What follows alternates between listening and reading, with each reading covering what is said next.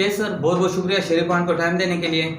Sir, आप एक NGO चलाते हैं जो अंदरूनी सिंध में आप बहुत ज़्यादा एक्टिव हैं। सर, इस हवाले से आप ये इस एक्टिविटी के हवाले से ज़रा बताएं हमारे नाज़रीन को। अस्सलाम वालेकुम हमज़ा, बहुत शुक्रिया तुमने मुझे मौका दिया।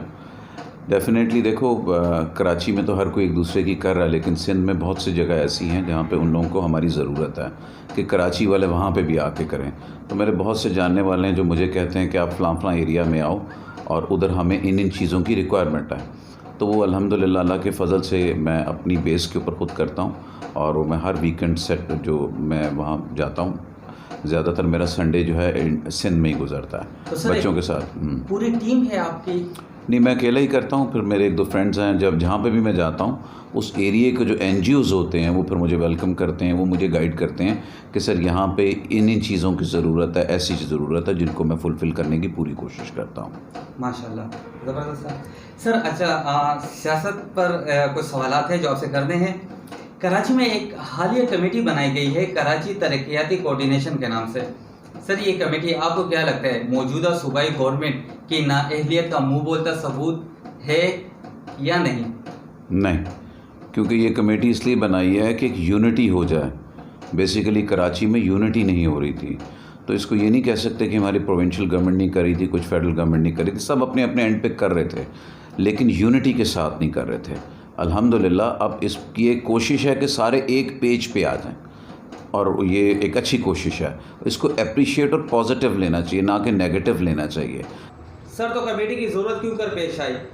इसलिए कि डिलीवर करने में गवर्नमेंट नाकाम रही? नहीं, डेफिनेटली ज़रूरत इसलिए आई कि लोगों को पता चला कि इनकी यूनिटी नहीं है, ठीक है ना। कुछ कहते हैं कि बाज़ सेक्टर्स फेडरल के अंडर है, बाज़ प्रोविंशियल के, बाज़ कंटोनमेंट के अंदर हैं।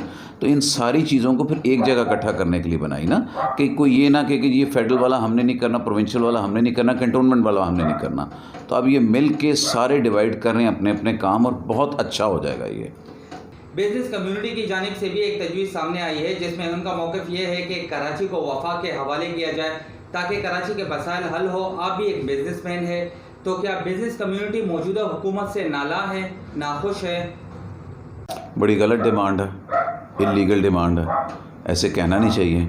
बल्कि अगर बिज़नेस कम्युनिटी को कोई प्रॉब्लम है तो बिज़नेस कम्युनिटी भी पार्ट है, फेडरल गवर्नमेंट का, प्रोविंशियल गवर्नमेंट का, पाकिस्तान का, कराची का। अपने एंड पे भी कर सकता है इंसान। ये ज़रूरी तो नहीं है कि पॉलिटिकल पार्टीज़ ही करती रहें। अगर हमारे मुल्क के वसाइल नहीं हैं तो एक रिच आदमी के क्या अपने नहीं हैं तो अपने तरीके से कर सकता है।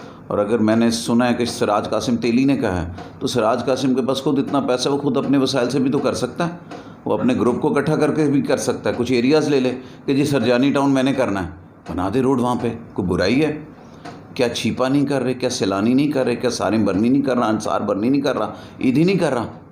वो तो किसी को क्रिटिसाइज़ नहीं करते, वो बस काम कर रहे हैं। तो क्यों नहीं ये तेली खुद काम करता? उसे खुद चाहिए कि अपनी कम्युनिटी को यूनाइट करे और काम करे। इसी तरीके से अगर खुद अपना पार्ट देने लगे तो गवर्नमेंट क्या करेगी? नहीं, तो गवर्नमेंट यही है ना कि ये लोग जिस तरीके से गवर्नमेंट भी तो इन्हीं से पैसे लेके करती है ना। अब हमारे मुल्क में कोरोना की वजह से जो फाइनेंशियल क्राइसिस आया और उससे पहले भी क्राइसिस आया, वर्ल्ड ओवर क्राइसिस चल रहा है 1-2 साल से, उसी को गवर्नमेंट भी फेस करी है। तो गवर्नमेंट की हमें भी हेल्प करनी है। ज़रूरी तो नहीं कि हम क्रिटिसाइज ही करते रहें। सर, आपको नहीं लगता कि हम ऑलरेडी टैक्स पे करने की सूरत में गवर्नमेंट की हेल्प कर रहे हैं और इन रिटर्न उन्होंने हमारे पूरा टैक्स तो नहीं पे करते ना, पूरा 100% टैक्स पे करें तो ये प्रॉब्लम ही ना है। हम पूरा टैक्स पे करते तो क्या हम बर्दाश्त करते? सड़कों पे पानी, बिजली की लोड शेडिंग, हम टैक्स पे नहीं करते तो ये चीज़ें बर्दाश्त कर रहे हैं। सर, आम आदमी जो भी सिटी का है यही सोचता है कि हम अगर माचिस के डिब्बे परचेज करें, इवन यहाँ तक कि अगर बच्चों के लिए हम टॉफ़ी भी ख़रीदें तो उसके डब्बे में भी हमसे गवर्नमेंट का जो टैक्स है वो लिया जाता है। तो सर, इसके अलावा आप कैसे कह सकते हैं कि पूरा टैक्स हम नहीं पे करते? देखो, आम आदमी तो कर रहा है, जो बड़े आदमी हैं वो नहीं ना कर रहे। अगर वो बड़े आदमी सारे काम करें तो आम आदमियों को बेनिफिट मिले। तो आपके कहने का मतलब ये है कि हमारी ही चोरी की वजह से हमारे ये हालात हैं? ये डेफिनेटली देखो ना, गवर्नमेंट में भी तो बिजनेसमैन जाते हैं ना। जो बिजनेसमैन जाते हैं उन्होंने क्या कर लिया? आप देख लें हमारे पास कितने बिजनेसमैन हैं। आप फेडरल गवर्नमेंट में देखें, प्रोविंशियल में करें। अगर ये प्रॉब्लम्स उनके थ्रू आ रहे हैं और गवर्नमेंट को हम पॉइंट आउट कर रहे हैं तो वो बिजनेसमैन खुद क्यों नहीं आके कवर कर रहे हैं जो आ चुके हैं? They should do it. बहुत से एनजीओज़ में भी बहुत से लोग काम करने वाले भी गवर्नमेंट में आ गए हैं, तो आगे उन्होंने क्यों नहीं इम्प्रूव किया? वो आज भी क्रिटिसाइज़ कर रहे हैं बहुत से लोग।